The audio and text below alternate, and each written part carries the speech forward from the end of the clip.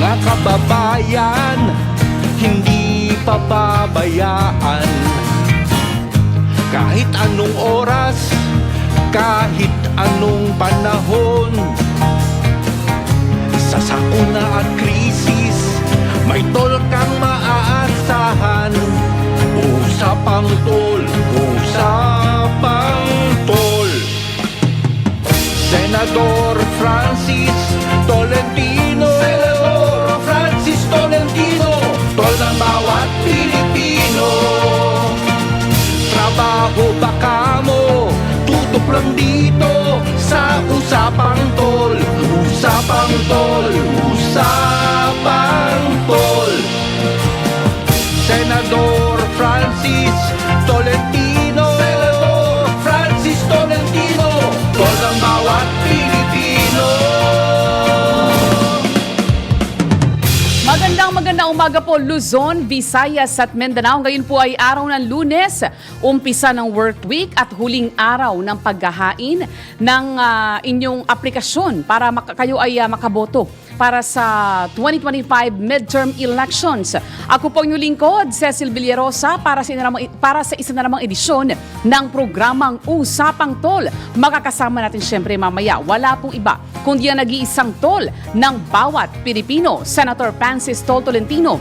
Tayo po ay live na nasusubaybayan sa iba't ibang panig po ng bansa sa pamamagitan po yan ng mga regional station ng DWIZ 882 at syempre maging sa iba't ibang panig po ng mundo dahil tayo po ay netwide worldwide sa pamamagitan po yan ng ating mga online accounts, Facebook page at YouTube channel ng DWIZ at tayo po ay napapanood din simulcast sa Aliw TV Channel 23. Pwede po kayong sumama sa ating talakayan ngayong umagang ito. Magpadala lamang po ng inyong mensahe o komento sa amin pong Facebook page o kaya po sa aming YouTube channel at mamaya po ibibigyang daan natin na mabasa yung inyong mga mensahe dito po sa ating programa. Dahil mamaya meron po tayong makakasama from COMELEC para tayo ay gabayan dun sa mga bagong rules na kanilang inilatag kaugnay nga po ng nalalapit na panahon ng eleksyon. Meron po tayong binabantayang bagyo at ayon po sa pinakahuling bulletin ng Pag-asa ay pwede raw itong maging isang super typhoon, yung bagyong Julian. Sa bulletin po ng Pag-asa, yung kanila pang bulletin number 16, inilabas po ngayong alas 5 ng madaling araw o kaninang alas 5 ng madaling araw, posible pa rin na maglandfall yang bagyong Julian ngayong umaga sa lalawigan ng Batanes o di kaya po ay sa Balintang Island. At bukas naman ng hapon, posible raw na kumilos na ang bagyo sa direksyon na patungo ng Taiwan kung saan posible ito na muling maglandfall. Huli pong namataan itong bagyong Julian sa layong over the coastal waters of Balintang Island. Nasa bahagi na pala ito ng Balintang Island, dyan po sa Calayan, Cagayan. Taglay po nito ang lakas ng hangin na aabot sa 155 kilometers per hour malapit sa gitna at bugso na aabot sa 190 kilometers per hour. At para tayo bigyan ng karagdagang detalye, kaugnay po nitong direksyon at kasalukuyang mga lalawigan na naapektuhan po nitong bagyong Julian. Nasa linya po ng ating komunikasyon si Ma'am Rhea Torres ng Pag-asa. Magandang umaga po, Ma'am Rhea. Magandang umaga po sa ating mga tagapakinig. Sa latest po sa binabantayan natin, si Bagyong Julian. Currently ay nasa typhoon category po ito at nasa vicinity ng coastal waters ng Balintang Island, Calayan, Cagayan. Nagtataglay po ito ng lakas ng hangin na umaabot ng 155 kilometers per hour malapit po sa sentro, pagbugso na umaabot na 190 kilometers per hour at kumikilos direksyong westward sa bilis na 10 kilometers per hour. So may kabagalan po yung pagkilos nito. At dahil po sa epekto nitong si Bagyong Julian ay nakataas po ang tropical cyclone wind signal number 4 sa mga lalawigan po ng Batanes, northern portion ng Babuyan Islands, signal number 3 naman sa nalalabing bahagi ng Babuyan Islands, northeastern portion ng mainland Cagayan, signal number 2 naman sa nalalabing bahagi ng mainland Cagayan, Apayao at Ilocos Norte, at signal number 1 naman ay nakataas sa Ilocos Sur, La Union, Pangasinan, Abra, Kalinga, Ifugao, Mountain Province, Benguet, Isabela, Nueva Vizcaya, Quirino, Aurora, northern at eastern portions ng Nueva Ecija at Polillo Island. Sa mga nabanggit pong lugar, ay asahan po natin yung malalakas na bugso ng hangin na dala nitong si Bagyong Julian at pinag-iingat po yung ating mga kabayan sa areas po or malaking bahagi ng Northern Luzon dahil asahan po natin yung malalakas na buhos ng ulan dala nitong si Bagyong Julian. At sa kalagayan po ng ating karagatan, may gale warning po tayo nakataas sa mga baybayin ng Northern Luzon. Delikado pong pumalaot, lalong-lalo na po sa ating mga kababayan na may mga maliit na sakyang pandagat. Ayon po sa ating latest na forecast track, ay babaybayin, patuloy po niyan babaybayin ang bahagi po ng extreme northern Luzon, generally west-northwestward po kanyang magiging pagkilos at hindi po inaalis yung posibilidad na ito aabot pa ng super typhoon category pagdating po bukas at possible po kung may second or may possible landfall scenario po tayo ay sa may southern portion po ng Taiwan bago po tuluyan po itong lumabas ng ating Philippine Area of Responsibility Thursday po ng umaga or Thursday po ng hapon. At yan po Ma'am Rhea, yes po. Ma'am Rhea, posible pa rin ang landfall nitong Bagyong Julian dyan po sa Batanes? Yes po, habang dahil yung sentro po nito ay nasa may area na po ng Babuyan Islands. So tinitingnan po natin based po sa ating mga datos kung yung sentro po ay namamataan or possible po na mag-landfall dito sa may area po ng Babuyan Island. So for now po medyo may kalapitan po yung sentro ng bagyo sa mga area po na yan. Kailan ito natin inaasahan na posibleng mangyari yung pagtama sa kalupaan? Possible po within the day, pero kung hindi man po siya tumama sa anumang bahagi po ng Babuyan Islands, yung second or possible landfall niya po is dito na po sa may southern portion ng Taiwan. Pwede po yan sa darating na Wednesday. Malakas yung bagyo pero ang bagal ng kanang kilos, Ma'am Rhea, no? 10 kilometers per hour. Yes po, inaasahan din po natin possible hanggang bukas po magiging mabagal pa rin po yung kanyang magiging pagkilos dahil yung area po na binabaybay niya ay hindi po gaanong favorable kumbaga pagdating po sa kanyang paggalaw. Anong epekto niyan, Ma'am Rhea, pagka malakas yung bagyo tapos mabagal yung kilos? Yes po, so kung pagdating po sa epekto, ibig sabihin naman po na mas matagal po mararamdaman ng mga areas or apektado nitong mga tropical cyclone wind signal, yung malalakas na bugso ng hangin nitong nitong bagyo. So yung areas po dyan sa may northern portion ng Northern Luzon, asahan po natin na tatagal pa yung mga malakas na pag-ulan, pati na rin mga hangin na dala nitong bagyo dahil sa mabagal nga po yung pagiging pagkilos nito, especially since ina-expect po natin na intensifying pa etong bagyo. So most likely, yung mga areas po na yan, mas malakas pa yung mararamdaman na mga pagbugso ng ulan, pati na rin ng hangin sa mga susunod na oras or susunod na araw. So we expect po ba, Ma'am Rhea, na within the entire week ay makakaranas po ng pag-ulan yung mga lugar na inyong nabanggit kanina na apektado po nitong bagyo, particularly po yung Region 1, Region 2 area? So yung areas po, specifically sa Northern Luzon, base po sa ating weather or latest weather advisory, pwede pong makaranas pa rin ng mga pag-ulan hanggang sa darating na Wednesday. And in the event po na mas mabilis po yung pagkilos nito by Thursday po, ay unti-unti na pong mabawasan or hihina yung mga pag-ulan na mararanasan. Alright. Ma'am, meron tayo isa palang binabantayan na bagyo nung Biyernes. Yan po ay naiulat ng Pag-asa rin po dito sa aming programa. Diyan sa may area po ng Central Luzon. Kamusta na po yun? Nakapasok po ba ng Philippine Area of Responsibility? May chance ho ba? Yes po, yung bagyo po na binabantayan po natin na nasa labas ng PAR, nasa mahigit 2,000 kilometro pa rin po east-northeast ng extreme northern Luzon. So medyo may kataasan na po ito. At yung direksyon niya po ay nasa north-northwestward. Ibig sabihin po ito, nagsisimula na po siya mag-recurve. Ibig sabihin din po nito ay mababa po yung chance na ito ay papasok ng PAR or magkaka-apekto po or makaka-apekto sa anumang bahagi po ng ating bansa. Bukas po Oktubre na, Ma'am Rhea. Ano po ba ang forecast ng Pag-asa? Ilang bagyo po ang ating inaasahan? For the month of October po, 2 hanggang sa 3 pa rin po yung inaasahan natin na posible pong mabuo or pumasok po ng Philippine Air Responsibility. Okay, sige. Maraming salamat mo, Ma'am Rhea, sa inyo pong oras na inilaan para sa aming programa. Maraming salamat din po. Ingat po. Alright, yan po si Ma'am Rhea Torres ng Pag-asa. Weather forecaster po ng Pag-asa. So yung ating mga kababayan, ang signal ng bagyo ay inabot hanggang Central Luzon. Signal number 1 dun sa ilang lugar po sa Central Luzon. Kaya wag pong kalilimutan, lalo na yung mga hahabol para magparehistro ngayong araw para makaboto kayo sa eleksyon sa susunod na taon. Wag niyo pong kalilimutan na magdala po ng pananggalang sa ulan para po kayo ay manatiling protektado Mamaya nga po, gaya po ng ating nabanggit, meron tayong makakapanayam from COMELEC para tayo ay maagapayan doon sa, meron silang bagong mga panuntunan na inilabas related po dito sa ating inaantabayan na pagsisimula ng filing ng Certificate of Candidacy.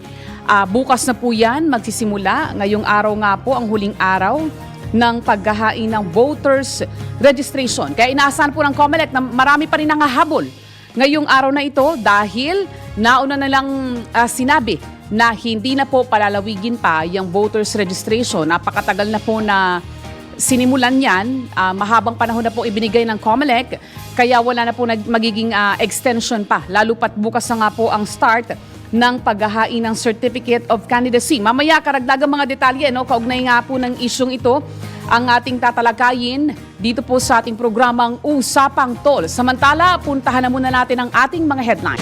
Mga malalaking balita, pinag-uusapan, mga balitang bagong-bago sa DWIZ Headlines. Sa ulo ng ating mga nagbabagang mga balita ngayong araw ng Lunes, September 30, 2024, mga klase sa ilang lugar sa bansa kanselado dahil sa bagyong Julian. DWIZ Balita. Presyo ng NFA rice itinaas na. Grupo ng mga panadero nanindigan na magdadagdag ng presyo ng pandesal sa pagtatapos ng taon. DWIZ Balita. At ang COMELEC, all systems go na para sa paghahain ng Certificate of Candidacy umpisa bukas. Mga balitang updated, mga isyong updated, mga komentaryong updated sa Usapang Tol. Kasama si Senator Tol, Senator Francis Tolentino, Tol ng bawat Pilipino, at Cecil Villarosa. Sa detalye ng ating mga balita, dahil sa patuloy na paghagupit ng bagyong Julian, kanselado ngayong araw ang mga klase sa ilang bahagi ng bansa. Suspendido ang klase sa lahat ng antas sa lalawigan ng Batanes, Abra, La Union, Calayan, Apari, Tuwao, Lalo, Amulong, Bagao, Santa Pracedes, gayon din po sa Gataran at Abulog sa Cagayan, habang kanselado na rin ang pasok sa lahat ng antas sa syudad ng Baguio, Manawag, Rosales, Bayambang, Urdaneta, Bani, Malasiki, Mapandan at San Fabian sa Pangasinan. Wala namang pasok mula kinder hanggang high school sa Ilocos Norte, Apayao, Nueva Vizcaya, Tuguegarao at Peña Blanca sa Cagayan, gayon din sa Mangaldan at Bautista sa Pangasinan. Mananatili pong nakasubaybay sa mga programa ng DWIZ at Aliw TV Channel 23 para sa updates hinggil sa mga lugar na nagkansela ng pasok dahil sa bagyong Julian. DWIZ Balita. Sa iba pang mga balita, itinaas ng National Food Authority Council ang selling price o bentahan ng NFA rice. Ayon kay NFA Administrator Larry Lacson, mabibili ng DSWD o Department of Social Welfare and Development at LGU o mga local government unit ang NFA rice sa 38 pesos kada kilo mula sa dating 25 pesos kada kilo. Nalulugi na anya ang gobyerno ng 70% sa ilalim ng 25 pesos na kada kilo na presyuhan ng NFA rice. Ang NFA rice ang nagisilbing buffer stock ng bansa at pangunahing nagagamit sa panahon ng kalamidad para sa mga relief operation. DWIZ Balita. Aminado ang Philippine Federation of Bakers Association Incorporated na hindi nila maipapangako na walang magiging aumento sa presyo ng tinapay hanggang matapos ang taong 2024. Ayon kay Field Baking spokesman Chito Chavez, patuloy pa nilang binabantayan ang presyo ng mga raw materials, partikular na ang harina na inaangkat lamang sa ibang bansa. Maging ang cooking oil at liquefied petroleum gas ay malaki ring umano ang naging epekto kapag nagkakaroon ng price adjustment sa pandaigdigang merkado. Samantala, umaasa naman ang grupo ng panadero na mabibigyan din sila ng subsidiya ng pamahalaan, partikular na mga maliliit na bakery sa bansa. Ito ay sa harap naman ng pagkalugi ng ilan kapag nagtataasan ang presyo ng mga kailangan sa paggawa ng tinapay. Matatandaan na una nang sinabi ng DTI na walang magiging pagtaas sa mga bilihin.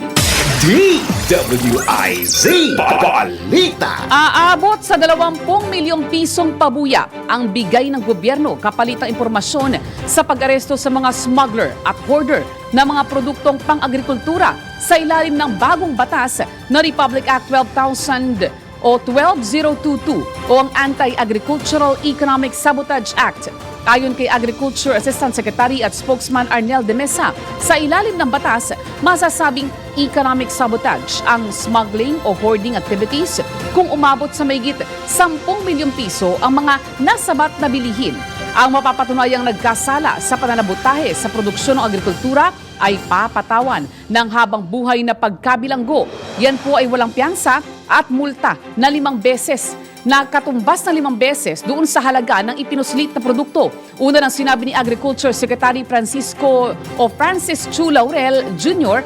na magiging banta ang naturang batas sa gitna ng nagpapatuloy na iligal na aktibidad ng mga mangangalakal at hoarder sa agricultural product.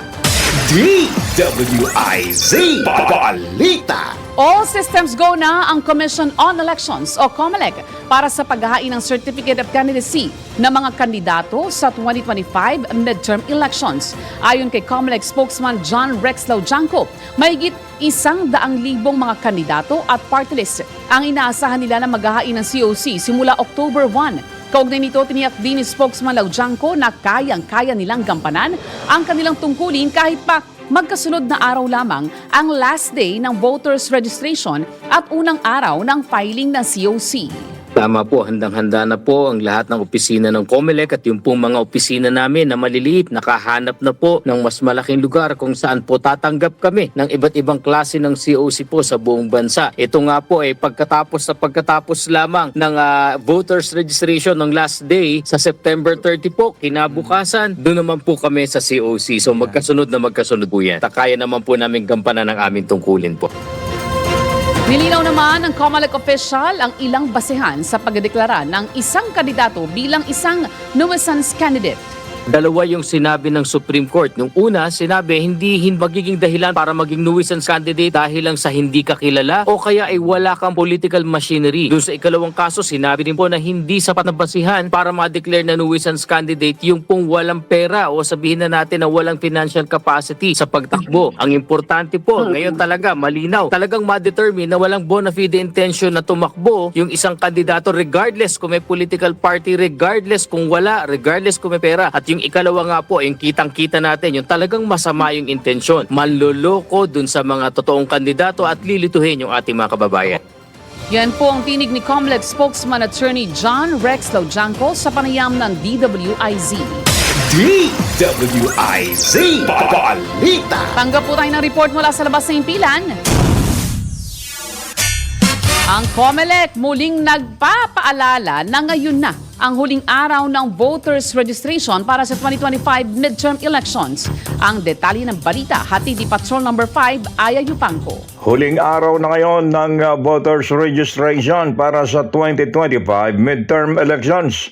Dahil dito, muling nagpaalala ang Commission on Elections o COMELEC sa mga Pilipino na pwede pang humabol dahil hindi na nila ito palalawigin pa. Ayon kay COMELEC Chairman George Erwin Garcia, wala nang oras para dagdagan pa ang araw ng pagpapatala ng mga botante dahil magkakaroon pa ng evaluation ang Election Registration Board. Bukod dito, simula na rin niya ng filing ng Certificate of Candidacy bukas, October 1 hanggang 8 para doon sa mga nais na kumandidato sa susunod na halalan o sa susunod na taon. It is Patrol Number 5. Ayayupan ko para siyempre naman ito ng lakas. DWIZ, nababalita ng tama, naglilingkod ng tama. DWIZ Balita. Isa pang mahalagang pag-uulat mula sa labas ng impilan. Fourth Multilateral Maritime Cooperative Activity, higit na magpapalakas sa regional cooperation. Ayon po yan sa AFP. Ang detalye ng balitang yan, hatid sa atin ni Patrol Number 17, Jopel Peleño. Sanib puwersa sa pagsasagawa ng one-day multilateral maritime cooperative activity o MMCA, ang Armed Forces of the Philippines o AFP at ang Armed and Defense Forces ng Australia, Japan, New Zealand at Estados Unidos. Layo ng aktibidad na maisagawa sa loob ng Exclusive Economic Zone o EEZ ng Pilipinas ang pagpapahusay ng interoperability ng bawat kalahok na bansa. Ito rin ang unang pagkakataon na nakiisa ang New Zealand sa MMCA na higit na nagpaigting sa kolaborasyon ng bawat pwersa. Kabilang sa mga aktibidad ang pre-sailing briefings, communication exercises, cross-deck exercises, Division Tactics Officer of the Watch Drills, photographic exercises, replenishment at sea approaches, maritime domain awareness exercises at contact reporting. Ito si Patrol 17 Chopel Peleño para sa Impilang May Todong Lakas, DWIZ, nagbabalita ng tama, naglilingkod ng tama. DWIZ Balita. Napanood niyo na ba yung documentary report ng Al Jazeera tungkol doon sa isang nakapanayam nila na di umano'y espiya ng China? Ang binabanggit po ni Senate Majority Leader Francis Tolentino, yung issue pong yan ay kanilang uungkatin doon sa kanilang gagawin na pagpapatuloy na executive session kay dating Bamban Tarlac Mayor Alice Guo. Kasi nabanggit ho doon sa documentary report na yon si dating Mayor Guo, at ayon nga po kay Senator Tol, tatanungin niya kay Guo yung mga lumabas na impormasyon mula po dito kay She Zhijiang. Yan po ay nakakulong ngayon sa Thailand at siya raw umano, ayon sa kanya, ay isang Chinese spy. At pero dahil nga itatanong doon sa executive session, ang paliwanag po ni Senator Tol, sa ilalim po ng kanilang rules ay hindi nila maaaring ibunyag kung ano yung magiging detalye nung kanilang deliberasyon dyan sa executive session. Naniniwala rin po si Senator Francis Tolentino na may mga maibubunyag pa si Guo dyan po sa gagawing executive session. Kung inyo pong matatandaan, last week po, ang tinanong si Guo kung siya ba ay handa na pangalanan yung most guilty sa mga operasyon ng Pogo sa bansa. Siya po ay sumang-ayon, kaya po nagpatawag ang Senate Committee on Women ng executive session para mailahad freely ni Guo yung kanyang di umano yung mga nalalaman. Pero dahil hindi niya kasama physically yung kanyang mga abogado, last week ay ipagpapatuloy po ang executive session dyan sa Senado, particularly sa Senate Committee on Women ngayong araw. Ayun, nauna na pong naungkat yung documentary report na yan, doon naman po sa pagdinig ng House Quad Committee. Isa rin po ito sa ating patuloy na tututukan, ito pong kasong ito ni dating Mayor Alice Guo sa loob po ng linggong ito. Yan, karagdagan po yan doon sa magiging pagsisimula po ng paghahain ng Certificate of Candidacy, at kaugnay nga po niyan, meron po tayong makakasama mamaya mula po sa Commission on Elections. Magbabalik po ang programang Usapang Tol, ang oras sa buong Pilipinas, ganap ng 6:30 ng umaga. Mga balitang updated, mga isyong updated, mga komentaryong updated sa Usapang Tol. Kasama si Senator Tol, Senator Francis Tolentino, Tol ng bawat Pilipino, at Cecil Villarosa. Senador Francis Tolentino, Senador Francis Tolentino, tol ng bawat Pilipino, tol ng bawat Pilipino. Nagbabalik po ang programang Usapang Tol sa oras na 6:35 ng umaga dahil nga po doon sa banta ng artificial intelligence, yung deepfake, 'di ba? Yung kinokopya yung boses, no? At yung mukha ng isang tao, no? Maghihigpit po ang COMELEC doon sa paggamit po ng teknolohiya para po sa kampanya ng mga tatakbo po para sa 2025 midterm elections. At kabilang nga po dyan yung paggamit ng social media at ng artificial intelligence. Nitong buwan po ng Setyembre ay nagpalabas po ang COMELEC ng panuntunan. Kaugnay po niyaan, dapat daw rehistrado yung mga gagamitin na social media platform at website ng mga kandidato. At meron pa silang mga karagdagan pang mga panuntunan na inilabas para nga po makaalinsabay dito sa mga content mga online content na ginamitan po ng AI technology. Kung ano po ang detalye niyan, kaugnay po niyan makakasama po natin sa linya ng ating komunikasyon si Attorney Maria Lourdes Fugoso Alcain, ang mula po sa tanggapan, ang Chief of Staff po ng tanggapan ni COMELEC Commissioner Nelson Celis. Magandang umaga po, Attorney. Magandang umaga po, Ms. Cecil. Opo. Magandang umaga rin po sa mga nakikinig po sa atin sa Usapang Tol. Naku, pasensyahan nyo na po kami at napakaaga po naming ng bulabog. Although alam namin na talagang abalang-abala na po talaga ang COMELEC, ano? These days, dahil bukod sa huling araw ng pagpaparehistro ng mga botante, umpisa na rin po bukas, ano, ng filing ng Certificate of Candidacy. Ma'am, ang COMELEC po ay naglabas ng bagong panuntunan. Ano ho? Kaya sa inyo na po manggaling, ma'am, itong mga bagong guidelines ng COMELEC para po doon sa paggamit ng teknolohiya, social media platform, yung paggamit po ng artificial intelligence para po sa mga kakandidato ngayong sa darating po na midterm elections.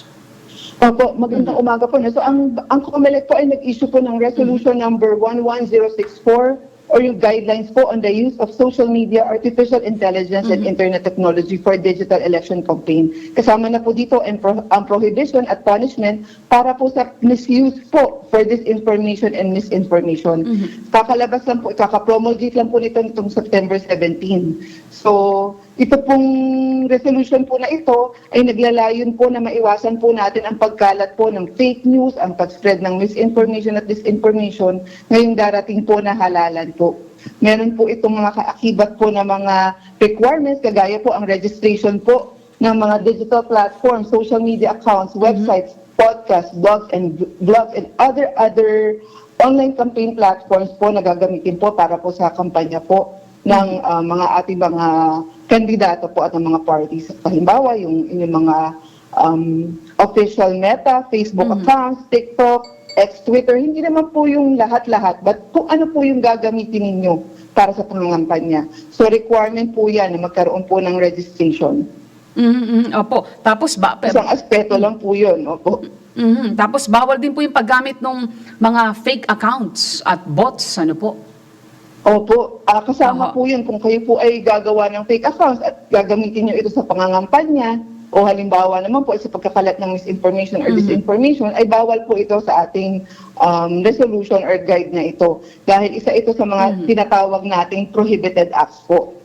Yung mga gagamit ng deepfake. Naku po, yung deepfake po kasi at ganito po, kung gagawa kayo ng deepfake, ibig sabihin talagang hindi nangyari yung isang event or wala naman talaga yung tao na yun, hindi naman talaga sinabi ng isang kandidato o member ng political party, tapos ginawa mo yung deepfake na yan at ginamit mo yan sa pangangampanya, kasama rin po ito sa prohibited acts po ng resolution po na ito. Bawal din po ito. Ma'am, yan pong mga binabanggit nyo, ang pangunahing layunin niyan, para po maiwasan yung disinformation and misinformation, yung fake news. Meron po bang particular na batas na pwede pong malabag pagka sinuway po yung inyong bagong panuntunan, ma'am? Opo, kasi po, nandito po sa ating Section 261G11 of the Omnibus Election Code. Matagal na po ito at sinasabi nito kung for the purpose of disrupting or obstructing the election process or causing confusion among the voters, nagpropagate ka po ng false and alarming reports or information, or nag-transmit or circulate ng mga false order, directives, or messages regarding any matter relating to the printing of official ballots, postponement ng election, transfer ng polling place, or basta sa general conduct of election.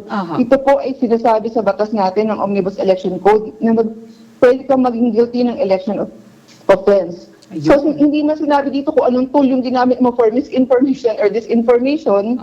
Kapag ito ay tungkol sa ating electoral process at sa ating general conduct of election, matuturing po ito na isang election offense. So, at siyempre po, sa atin din pong constitution, kumbaga ang ating saligang batas, talagang sinasabi natin doon sa Article 9C po, Section 4 ng Constitution, no, authorized po ang COMELEC po during the election period para po i-supervise at i-regulate lahat po ng enjoyment, utilization ng mga kagaya po nito, media of communication or information, at kasama na po dito ang social media at online media po. Aha, Diba? Sige po. Yes po, go ahead, Attorney Alcain. Opo. So, sabi nga ng Constitution natin, ang objective naman po natin dito ay para po hold tayo ng isang free, orderly, honest, peaceful, and credible election. Kaya po, marami po tayong pinagbabasihan na batas dito kung bakit ipinapatupad po natin itong regulation na ito.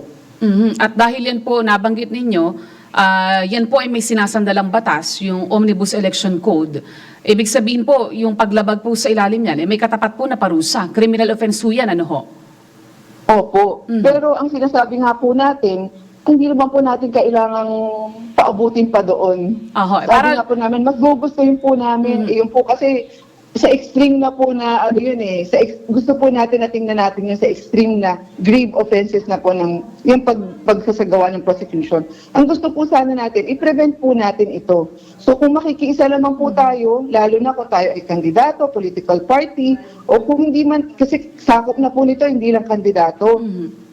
Kung kayo po ay isang vlogger, or isa kayong individual, private individual or entity, pero kayo ay may plano po na ang inyong gagawin na account or ang inyong account pagdating ng campaign period, ng election period, gagamitin nyo primarily para po sa pangangampanya. Kahit hindi sa isang kandidato, gagamitin nyo sa pangangampanya sa maraming kandidato. Mabuti na po na magpa-register po tayo.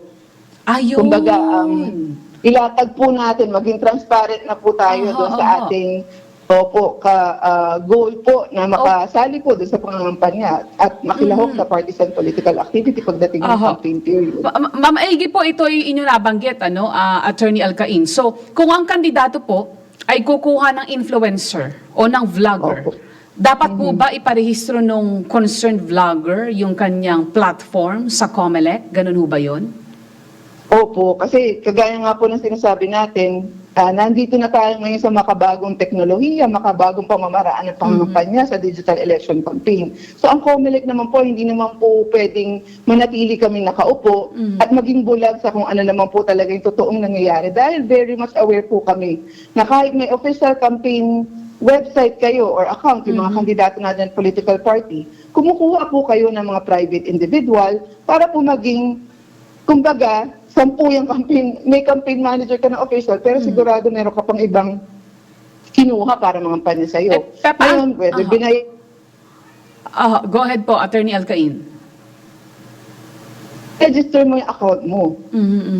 Kahit na sabihin po na, hindi, personal ko itong advocacy na suportahan yung isang kandidato. Walang bayad yon, walang pera na involved. Kailangan pa rin po iparehistro yung kanyang platform. During the campaign period, meron po tayong authority po, lalo na during the election period actually, meron pong authority ang COMELEC to regulate and supervise all this media of communication. Ating na po yung social media dahil nga po gusto natin, may Fair Elections Act tayo, maging patas din po, magkaroon po ng application ito sa ating current times po. So, whether or not binayaran ka or hindi, pero ang sabi nga po natin sa regulation, whether hindi ka binayaran ka nga po or hindi, pero kung primarily use ang inyong account para po ipangampanya, promote or i-promote mo yung isang kandidato or mangampanya ka against one candidate, yun ang gagawin mo, primarily yun ang gagamitin mong account, and then you should register that. At may mahaba naman tayong panahon para makapag-register at makapag-desisyon. Babalikan ko yung issue na yan, Mama, pero kasi nabanggit ninyo during the campaign period.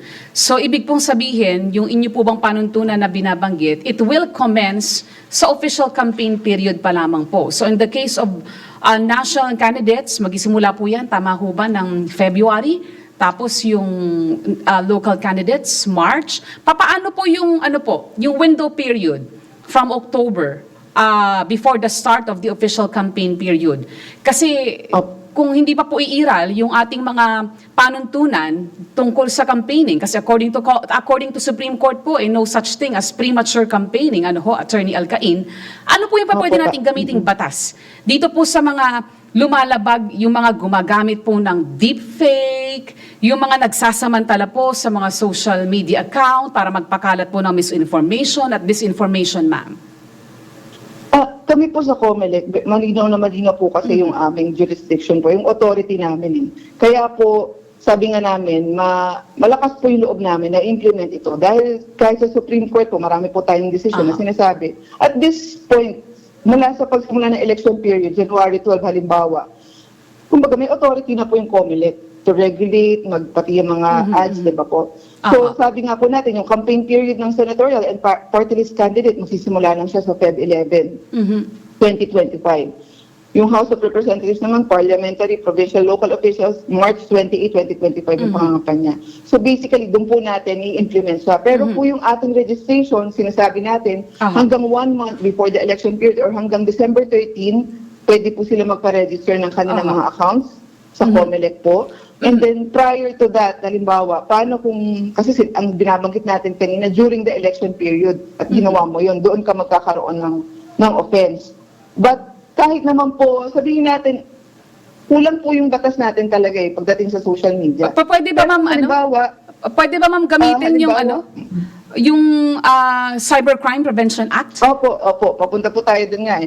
Kung halimbawa ikaw, isang kandidato, may isang tao halimbawa na sinisiraan ka or hindi na factual, hindi news yung pinepresent, kundi talagang, alam mo po yung ginagamit yung online platforms para siraan ka. Kahit hindi pa ito nag-take effect, pwede naman po silang humingi ng tulong halimbawa sa NBI Cybercrime, na magiging kapartner din po natin, Cybercrime Division, PNP, kasi kahit kami po, during the implementation of this regulation, talagang kami ay makikipag-ugnayan at makikipag-partner po sa mga ahensyang ito. Dahil talagang para mas malalim po, halimbawa, yung if ever yung mga pangangailangan na investigasyon, talagang magre-refer din po kami.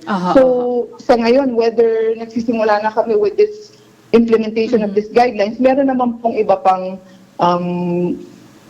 legal basis para po yung mga ibang magiging biktima. Yes. Di ba? Ng mga ganitong krimen halimbawa, pwede po silang lumapit pa sa ating mga ahensya ng gobyerno. Kumbaga, hindi pa rin sila lusot sa ilalim ng batas. Opo. And then one more thing po, Attorney Alcain, kasi marami pong mga pwedeng gawin to circumvent yung binabanggit niyo pong panuntunan at batas, especially ito pong Omnibus Election Code. Paano naman po ma'am, kung gagamitin po yung kanilang social media platform, either para mag-propagate po ng balita, whether in favor or against a certain candidate, will it still fall under yung parameters po ng inyong panuntunan sa paghigpit po ng paggamit ng social media platform and other means of technology? Kung halimbawa po ito po ay pagbabalita, di ba po, ng mga factual na pagbibigay ng factual na impormasyon na pagbabalita, hindi na po siya nasasakop po ng regulation. Pero kung ito ay pangangampanya po, hindi naman po kayo news agents, alam niyo po yun, parang kung ginagamit niyo siya, iti-take into context yung paano mo siya ginamit at ano ba talaga yung gamit ng account mo. Kasi kung makikita po doon na, okay, nag-share ka ng isang balita, the rest po ay hindi na po balita, halimbawa talagang gumamit ka na ng mga fake news, nagkalat ka na ng disinformation at misinformation, pasok ka pa rin po dito. So hindi lang po kasi kami limited dito sa legal po natin na dito pong halimbawa pag-refer sa NBI or kami po pag-iimbestiga po sa level po ng task force kasi may task force po kami. Natututok po talaga dito. Talagang maghahanda po na tumutok sa monitoring and detection. But at the same time po, meron kaming partnership with the technology platforms. So, kung hindi ka man, kung sa tingin po nila, ay naku, matagal yan na proseso, daan pa yan sa legal na procedure, ganyan.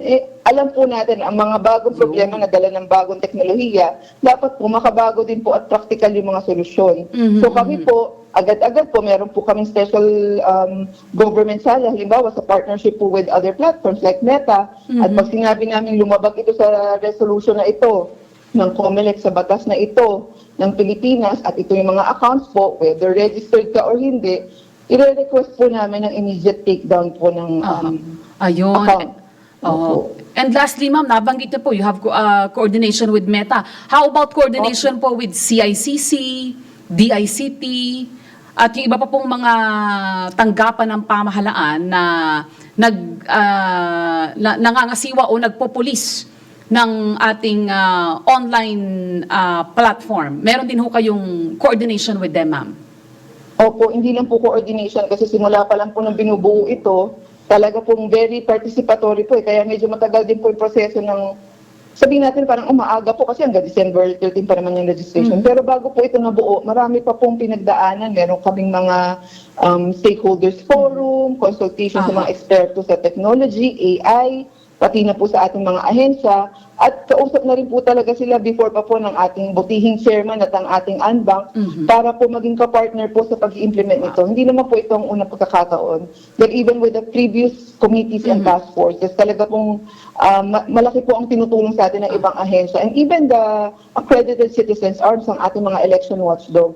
Na kahit kami po kailangan bantayan din nila kami. At kami bukas na bukas po sa kanila dahil kahit po nung binubuo natin to, meron pong pagkakataon na naglaan kami just one big session para lang po pag-usapan ang pagsisiguro na hindi natin maaapakan ang freedom of expression. So, Yun. talaga pong inaral po natin ito bago po buuin. Hindi po siya isinulat lang ng gusto lang po natin mag-guide. So, So, may pinagdaanan po siyang proseso You have talaga. strong partnership pala sa ating mga ahensya ng pamahalaan. Ako, maraming salamat, ma'am, sa inyong very comprehensive na pagpapaliwanag tungkol po sa isyong ito. Maraming salamat po sa oras na inyong inilaan para po sa aming programa. Maraming salamat din po, Ms. Cecil, and sa Usapang Tol po para po sa pagkakataon na magbahagi ng impormasyon po dito from the COMELEC. Opo. Maraming salamat. Marami pong salamat. Yan po si Attorney Maria Lourdes Fugoso Alcain, ang Chief of Staff ng tanggapan ng COMELEC o tanggapan ni COMELEC Commissioner Nelson Celis. Magbabalik po ang programang Usapang Tol. Ang oras po sa buong Pilipinas ganap ng 6:53 ng umaga. Mga balitang updated, mga isyong updated, mga komentaryong updated sa Usapang Tol. Kasama si Senator Tol, Senator Francis Tolentino, Tol ng bawat Pilipino, at Cecil Villarosa. Senador Francis Tolentino, Senador Francis Tolentino, tol ng bawat Pilipino, tol ng bawat Pilipino. Alamin na natin ang presyo ng mga bilihin. Puntahan natin ang Malansing Market dyan po sa lungsod ng Caloocan. Naroon po si Angel Rasi. Magandang umaga sa iyo, Angel. Good morning po, Senator Francis Tama ba, Angel? Tolentino Rasi? at Ms. Cecil Villarosa. Rasi yung apelyido, yung basa sa apelyido mo, Rasi. Yes po. Yan. O, sino ba ang ating maswerteng Sentol Token winner? Ayun po. Good morning po, Senator Francis Tolentino at Ms. Cecil Villarosa. Ako ay nandito ngayon sa Malansing Market. Ang bigas dito mula Bulacan ay 48 pesos per kilo ang pinakamura. Ito ang Laon Rice. Habang 65 pesos kilo naman ang pinakamahal, ito ay ang Organic Ifugao Rice. Ang isda naman dito mula Navotas Fishport ay bahagyang tumaas. Mabibili sa 140 pesos per kilo ang pinakamurang isda. Ito ay ang tilapia. Samantalang 520 pesos per kilo naman ang pinakamahal. Ito ay ang hipon. Ang karne naman na hinahango mula Malabon ay with stable prices, kaya mabibili ang pata at ribs sa 260 pesos per kilo. Laman gaya ng kasim, pige at pork chop ay 320 per kilo at liempo na 360 per kilo. Habang ang manok naman ay nasa 220 pesos per kilo. Sa usapin ng gulay galing Balintawak, ang listahan ng presyo dito ay ang mga sumusunod. Siling sigang na 180 pesos per kilo, siling labuyo na katulad na 180 pesos per kilo, pechay bagyo na 80, patatas na 90, luya na 200, carrots na 80, sibuyas na 80, bawang na 160, kamatis na 70, at sa huli ay ang sayote na 50 pesos per kilo. Angel, sino yung ating Sentol Token ngayong Sentol Token winner ngayong umaga? Ang sentol winner natin ngayon ay si Kuya Jenard po. Ayan, Kuya Jenard, mabilis lang na pagbati, Kuya Jenard. Naku, congratulations sa iyo, Yes, Kuya good Jenard. morning po. Oh, yun. Naku, batang-bata pa pala ito si Kuya Jenard. Ayan, sige, mabilis sa pagbati, Kuya Jenard, sa iyong mga kasamahan na vendor dyan sa Caloocan. Yes, magandang umaga po. Binabati ko po pala yung mga kasamang ko sa Sangandaan Market, sa Malansing Market po. Magandang umaga po sa ating lahat. Ayan. At maganda umaga rin sa iyo, Kuya Jenard. At congratulations. Isusot mo lagi yung sombrero at yung apron ni Sentol, ha? Ayun. Okay. Maraming salamat, Kuya Jenard. At maraming salamat sa iyong maagang pagtitinda dyan sa Malansing Market Lungsod ng Caloocan. Samantala, puntahan na po natin ang mahalagang mensahe mula po kay Sir D. Edgard Gabangon, ang chairman po ng Aliw Broadcasting Corporation. Share and live. Do not forget that anything we achieve this week will always require an amount of sacrifice. Thank God. Have a great week ahead. God bless you. At sumayin niyo po isang oras na balitaan at talakayan dito po sa programang Usapang Tol, sa ngalan po ng nag-iisang tol ng bawat Pilipino. Ako po inyong lingkod, Cecil Villarosa, sa ngalan po yan syempre ni Senator Francis Tol Tolentino. Antabayanan po ang programang Pasada Balita, kasama si Kuyang John Ibanez. Senador Francis Tolentino, Senador Francis Tolentino, tol ng bawat Pilipino, tol ng bawat Pilipino. Trabaho ba ang hanap mo? Mga isyung napapanahon, opinyon at diskusyon, turismo, negosyo, isang oras na hitik sa impormasyon. Ang bawat umaga mo, magbabago sa Usapang Tol. Kasama sina Senator Francis Tol Tolentino at Cecil Villarosa. Lunes hanggang Biyernes, alas 6 ng umaga. Dito lang sa DWIZ. Nagbabalita ng tama, naglilingkod ng tama. Tol ng bawat